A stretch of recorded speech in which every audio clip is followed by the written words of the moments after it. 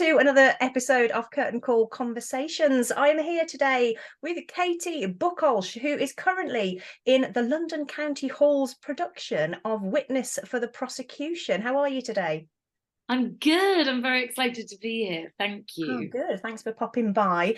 So obviously I mentioned there the show, it is fantastic. I mean, it's set in probably one of the best venues, I think, for this particular sort of show.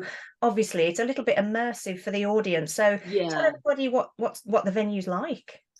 Oh, it's amazing. So we're in the old courtroom of County Hall. So it's this courtroom that was opened by King George 100 years ago. Mhm. And it's this vast, incredible, ornate old courtroom that they've just sort of put a stage in the middle. And that's where we do the show. And we've got a real jury, which is where the real jury sat.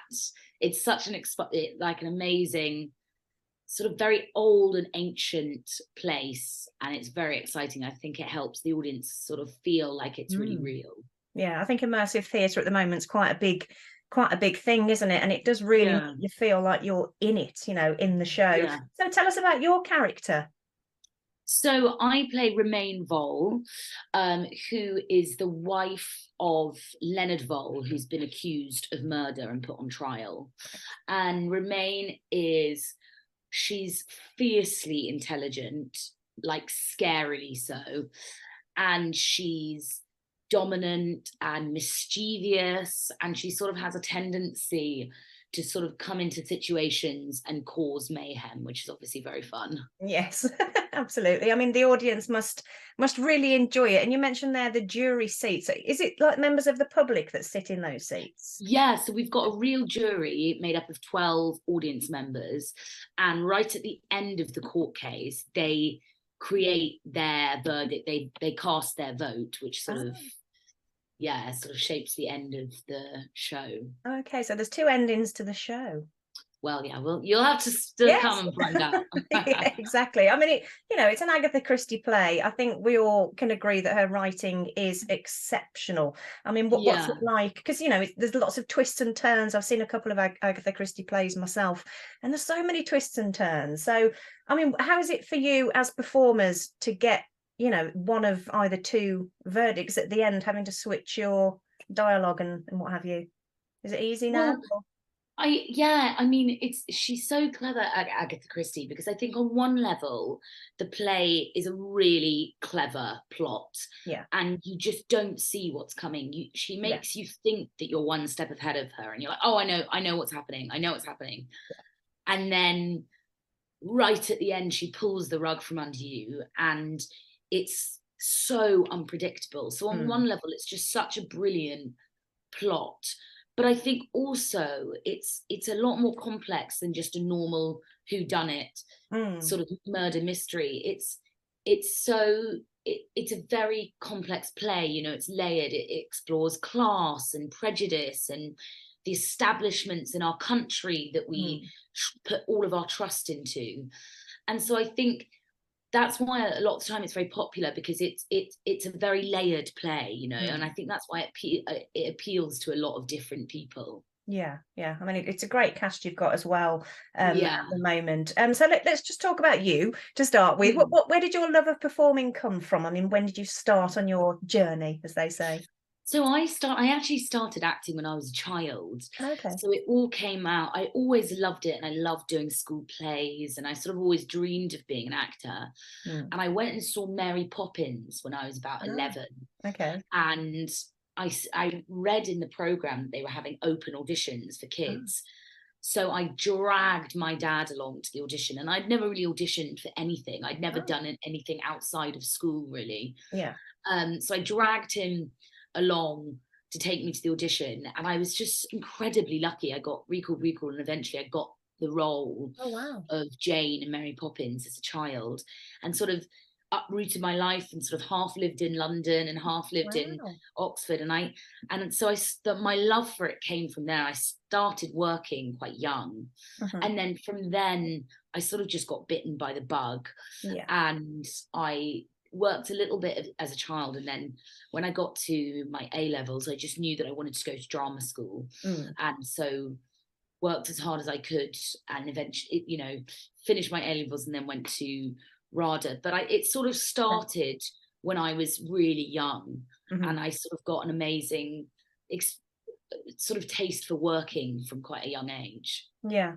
I mean, you've done, reading your bio on the website there, I mean, you've done a lot of, you know, pretty big stuff. I mean, Lemons ×5, I won't say the whole thing, was pretty, you know, that was a pretty, you know, massive play in the West End. How was that? What was your role in that particular play? So that was amazing. So for the last few years, I did quite a lot of understudying, and I understudied in the Seagull, the Jamie Lloyd, the Seagull, and I was Emilia Clarke's understudy, which was amazing. Wow. But I never got to go on, so I sort of rehearsed the entire show and never got to go on. Oh. And then in Lemons, I was Jenna Coleman's understudy, which was amazing. Awful for her because she wasn't very well throughout the runs. There was quite a few opportunities for me to go on stage. And so I was able to do that quite a lot, which was an incredible opportunity, and it was just sort of a two-hander. So I would jump on and do it with Aidan Turner, and it was the most, I learned so much from that experience, because you know, we didn't get that much time to rehearse, and it was just suddenly you're on stage and you're doing the show. Yeah, I mean, it must be, you know, it's such a privilege, I would imagine, to perform on a West End stage. And I mean, you've done it, as you said, from a child. I mean, you know, the experience as a child, I think, do you appreciate it at the time? Oh, massively. I mean, I think the difference from doing it as a child to then doing it as an adult is, as a child, it's a little bit less scary because you don't really factor in the risks. Right. You know, you're so young and you're just having a great time and you're running on instinct, and you haven't done it long enough to know what can go wrong. You know? Yeah, sure. So it was just sort of like fun and a little bit nerve-wracking, but just fun. And I think as you get older, you sort of understand the gravity of it, and it's actually, I feel like it gets scarier as you get older. Yeah. But I think I always appreciate it, like the buzz and the adrenaline and the love of it has always remained, no matter what age or how many times you've done it, it's always the same. Sure. And I mean, do you have a preference between musical, theatre, or just straight plays? Do you have? I think I did a few musicals when I was younger and I loved them, but I think I would love to do another musical, but I think I've sort of much more gone down the straight acting route. And I love that because I think I love dialogue, and I love, you know, the layered complexity of language in a play. So I think I'm much more inclined to do more straight acting. Yeah. And I don't think I could really, my voice isn't quite up to standard to where the West End musical stars are. But I would love to do like a play with music or something like that. But yeah, I think I'm sort of much more focused on the straight plays now. Yeah, and I mean, you were in Leaves of Glass as well at the Park Theatre, which we do a bit of reviewing. And excuse me, the Park Theatre is such a great venue, and it has some fantastic shows. I mean, what was that show and that experience like for you? Because I know it's coming back. Yeah, it was amazing. I mean, I'd just come off Lemons, so I'd gone from doing it in these massive spaces, and then we did Leaves of Glass in this tiny studio, the 90-seater studio space in the park. And the park is like such a gorgeous theatre anyway. Yeah. But it was amazing just suddenly going into this incredibly intimate space and basically having the audience on your lap and adjusting to that. And that was so exciting. Yeah. And you know, just revisiting a Philip Ridley play was amazing. I've sort of loved Philip Ridley from when I was at school.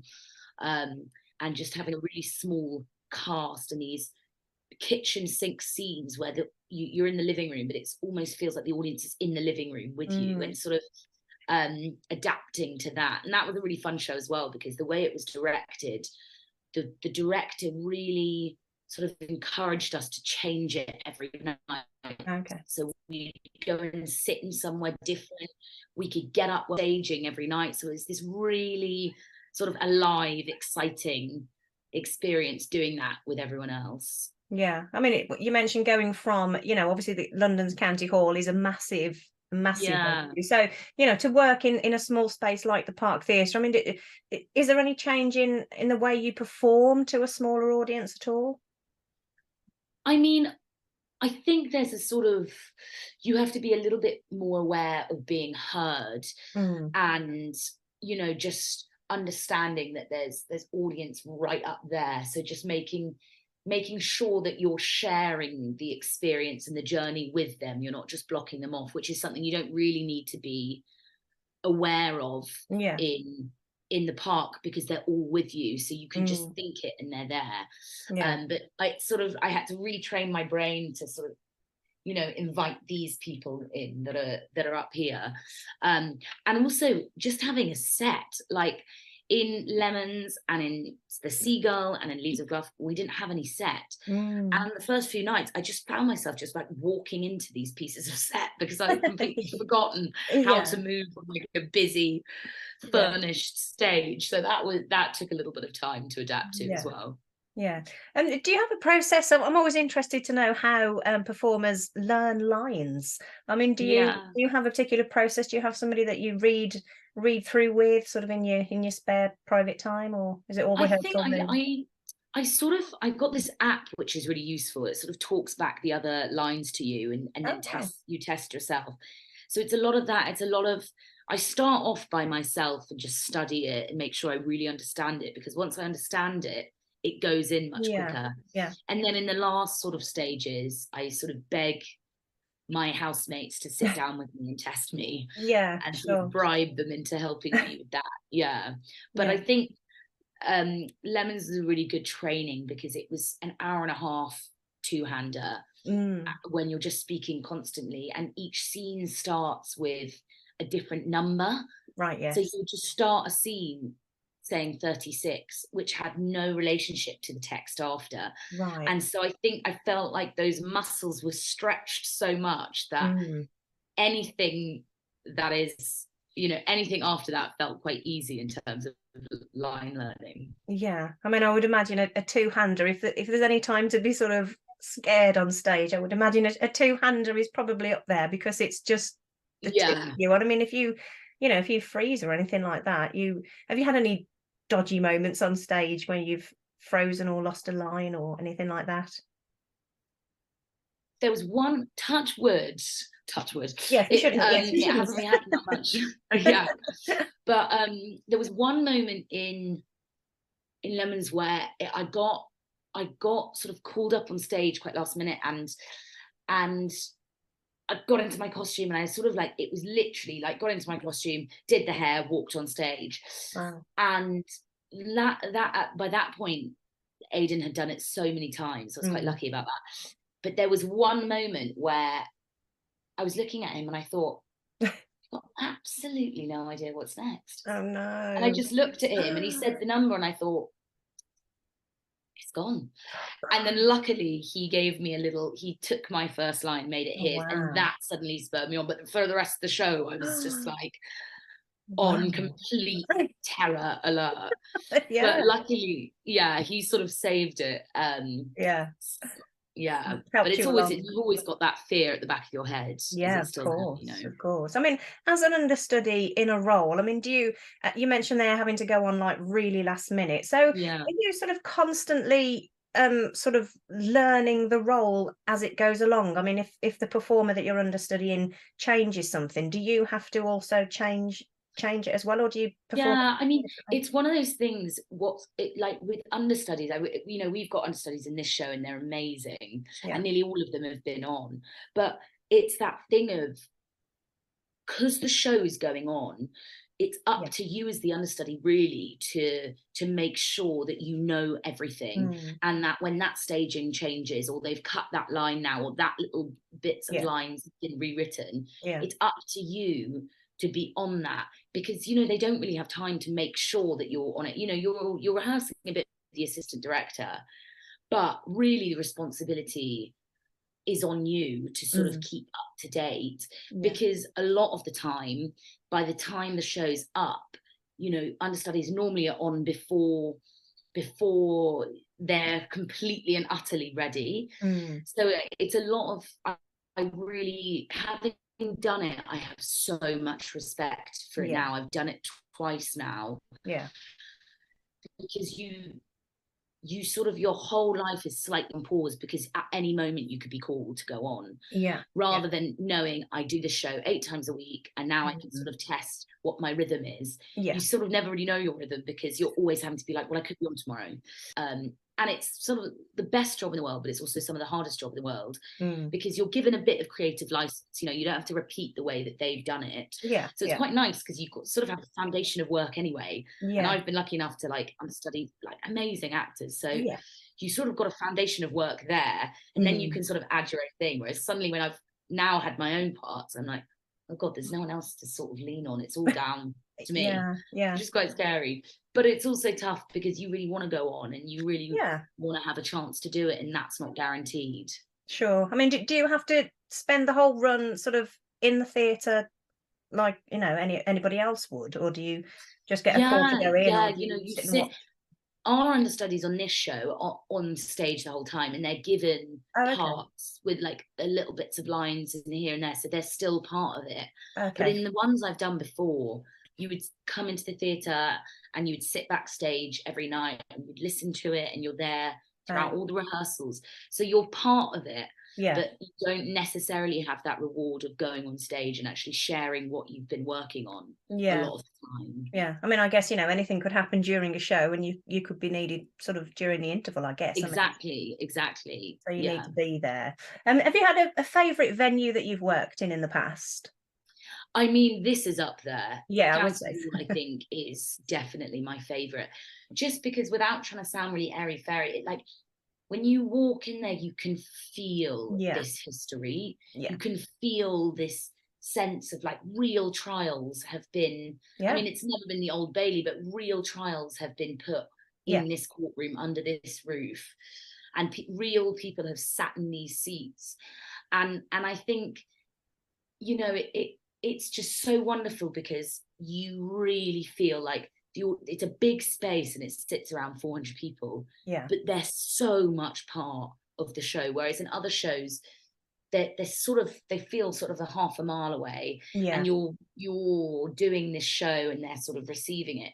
Whereas these audience members are part of the show. And I love that, because you walk through the audience and you can hear them like tittering about you and whispering about you, and coming up with their you know what they think is going on, which is so fun to feel. It's the wonder of the immersive world of theatre that we find ourselves in more and more now.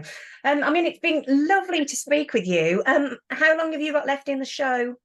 Excuse me. So we're in it until March 17th. So we've got quite a few months left. We're doing it all over Christmas. Nice. Lots of opportunity for people to come and see it. That'd be fantastic. So if you'd like tickets, I shall pop the details on the next slide. Thank you so much for taking the time today, Katie. It's been a pleasure. Thank you for having me, Emma. It was so fun. Welcome. Take care. See you later. Bye-bye.